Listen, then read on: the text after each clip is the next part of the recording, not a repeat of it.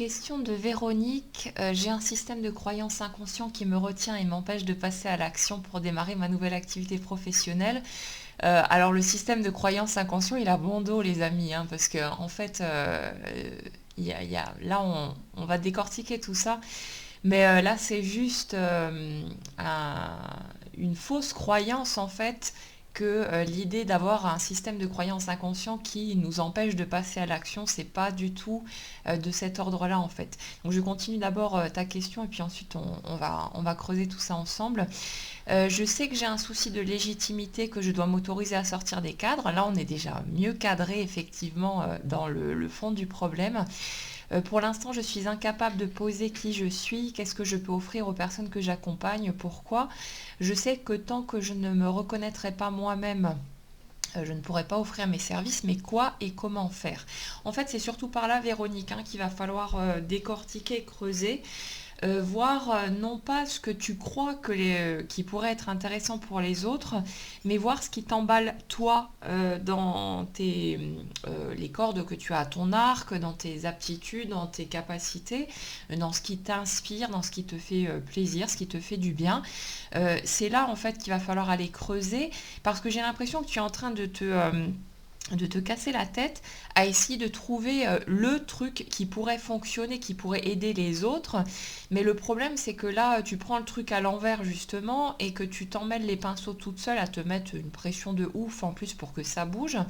Donc la question judicieuse, quels que soient vos questionnements, quels que soient vos projets professionnels ou autres, c'est pas qu'est-ce qui pourrait aider les autres et qu'est-ce qui pourrait faire avancer le monde, c'est qu'est-ce que moi j'ai envie d'apporter par rapport à qui je suis, par rapport à mes envies, par rapport à mes capacités, à ce pourquoi je suis douée tout simplement. Ne cherchez pas comment en gros faire plaisir aux autres, mais cherchez comment pouvoir jouer à nouveau vous-même avec ce qui est dans votre trousse à outils pour que vous puissiez vous sentir vous à votre juste place, à votre aise, que vous puissiez en fait partager ce qui est important pour vous, ce qui vous fait du bien, ce qui vous inspire, ce qui vous porte, et le mettre à disposition quelque part du monde et laisser les autres libres de venir ou pas vers vous en sachant que vous aurez de toute façon en face de vous les personnes qui vibreront dans la même énergie. Si au lieu de faire ce que je suis en train de faire, j'étais en train de chercher ce qui pourrait vous convenir à vous tous et ce qui pourrait vous être utile, les choses ne se passeraient pas comme elles se passent et je pense que ça n'apporterait pas non plus autant de déclics de prise de conscience pour ceux qui bougent au fur et à mesure que je propose des vidéos ou d'autres supports. Ce qui se passe ici, c'est que là, et tout au long de mon cheminement professionnel, je suis en train en fait de faire ce qui me plaît à moi, ce qui me parle à moi, ce qui m'inspire, ce par quoi je me sens portée. Et c'est précisément quand vous vous mettez dans cette énergie-là et que vous partagez les choses selon ce qui vous fait vibrer, vous, que là, du coup, vous attirez des gens qui sont dans la même énergie, on est dans une énergie de co-création. Donc, ici, d'un côté, je vous propose des clés et ceux qui ont besoin de ces clés, qui cherchent ces clés, vont d'une façon ou d'une autre tomber sur moi et ce sera pareil avec d'autres enseignants, peu importe, hein, c'est juste pour l'exemple. Mais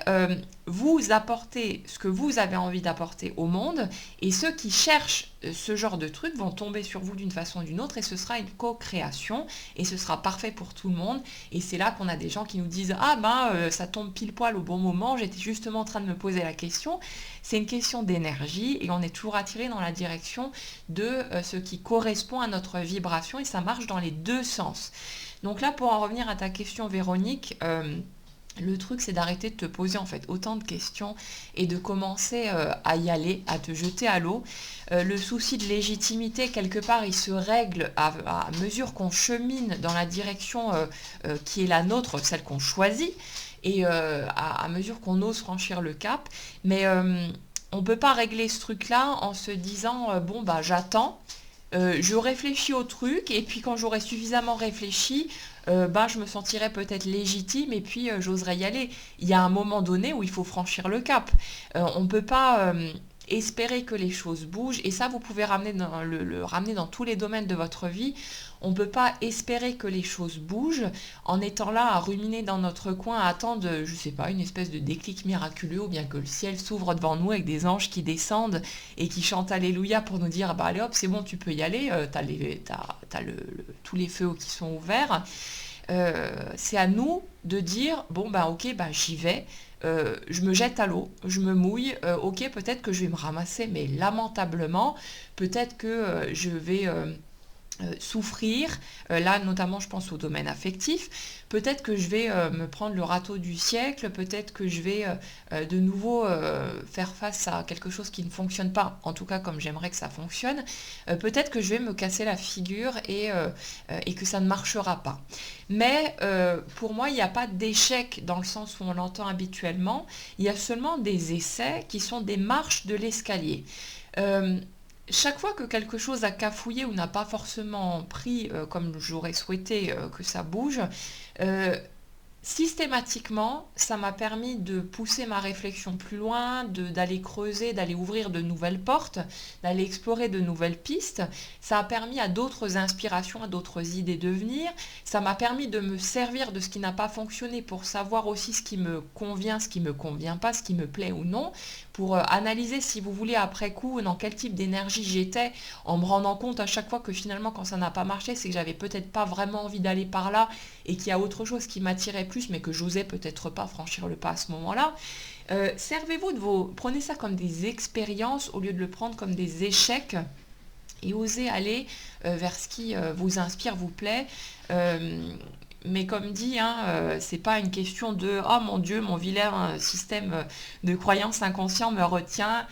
il m'agrippe comme ça de ses grands bras, et bah du coup je peux pas avancer, je peux pas passer à l'action, c'est trop con, j'ai vraiment envie d'y aller, mais j'ai mon système de croyance inconscient qui m'a ligoté, il a collé des chaînes autour de moi et je peux pas bouger, hein. Je suis totalement paralysée, immobilisée, je peux rien faire. En fait, là, c'est juste une histoire qu'on se raconte à soi-même pour ne pas y aller parce qu'on a la trouille. Et on a le droit d'avoir la trouille, c'est normal, hein. Moi, ça m'arrive souvent d'avoir la trouille aussi. Pas tellement dans le domaine pro parce que j'en ai absolument rien à foutre de ce qui pourrait se passer ou pas. Là, j'y vais, je joue, je m'amuse et je m'en fous complètement de me ramasser ou quoi. Ça me touche absolument pas. Par contre, il y a d'autres aspects de ma vie où là, ouais, j'ai grave la trouille et c'est normal, hein. Ne croyez pas que parce que on va avoir fait 15, 20, 30 ans de développement personnel ou je sais pas quoi, qu'à un moment donné, on va tout gérer en étant totalement zen et que la peur n'existera plus. On est dans une expérience humaine, donc c'est tout à fait normal qu'il y ait des peurs, qu'il y ait des craintes, qu'il y ait des appréhensions. Et c'est ça qui nous permet de nous sentir vivants aussi, hein. À quoi ressemblerait notre vie si on n'avait plus jamais le cœur qui se met à palpiter, si on n'avait plus jamais d'émotions, d'excitation, de mouvement au niveau énergétique, mais ce serait horriblement plat, quoi. Euh, Quand on a des périodes où on va se percher, où on est dans la méditation à fond la caisse, on est dans tous les trucs spirituels à fond, les manettes parce qu'on veut essayer de se couper de la souffrance, là ouais, on ressent plus de peur, on ressent plus grand-chose, on est dans une espèce d'état de béatitude, mais si on y regarde bien, ça semble tellement heureux et tellement positif parce que du coup on s'est isolé de la souffrance, donc on respire, ça nous fait un espace, un temps de pause si vous voulez, et ça nous permet de souffler un petit peu, mais concrètement notre vie elle bouge plus, on ressent plus rien, il n'y a plus d'émotion, et c'est tellement ennuyeux au bout d'un moment qu'il y en a marre et qu'à la limite on préfère se prendre une gamelle plutôt que de continuer à rester coincé là-dedans. Donc les enfants, si vous voulez que votre vie bouge, il n'y a pas trop d'autres choix que de mettre le feu au vert, d'être d'accord pour faire un pas. Et concrètement, peu importe le pas que vous allez faire, mais c'est plus sur la symbolique quelque part qui a besoin de faire quelque chose concrètement pour aller dans le sens de ce que vous voulez.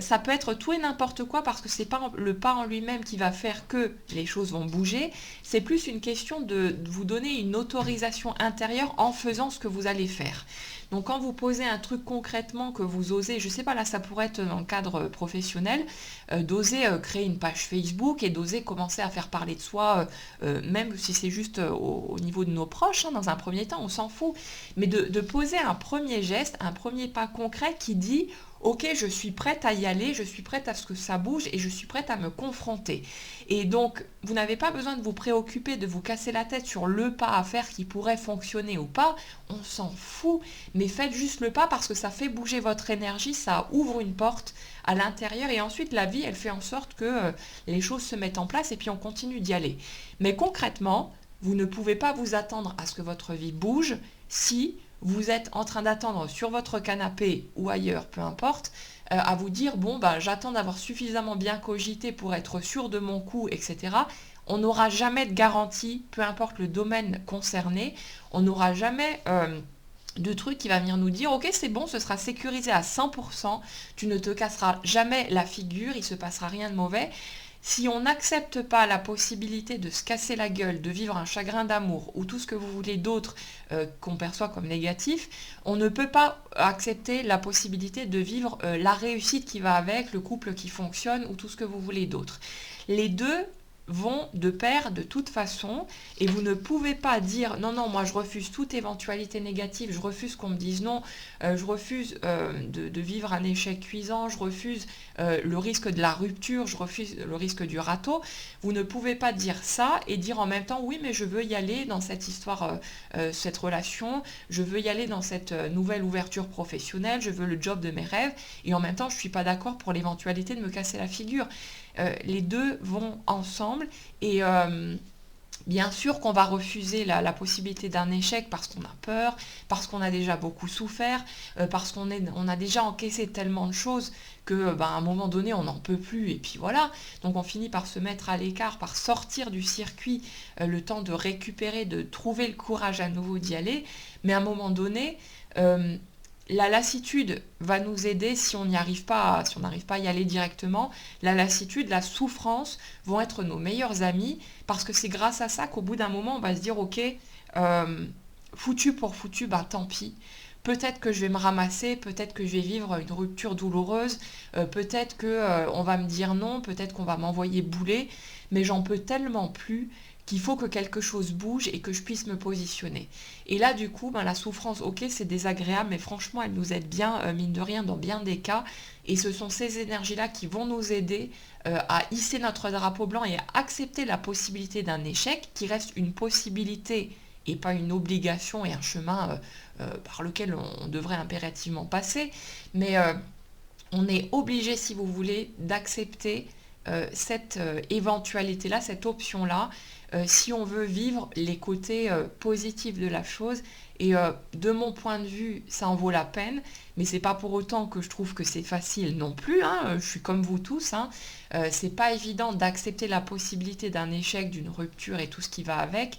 Et de se jeter à l'eau. Encore que c'est peut-être un tout petit peu plus facile quand ça concerne le plan professionnel, parce que généralement, pour la majorité d'entre nous, il y a moins d'enjeux que quand ça touche à l'affectif, et notamment quand il y a déjà eu beaucoup de blessures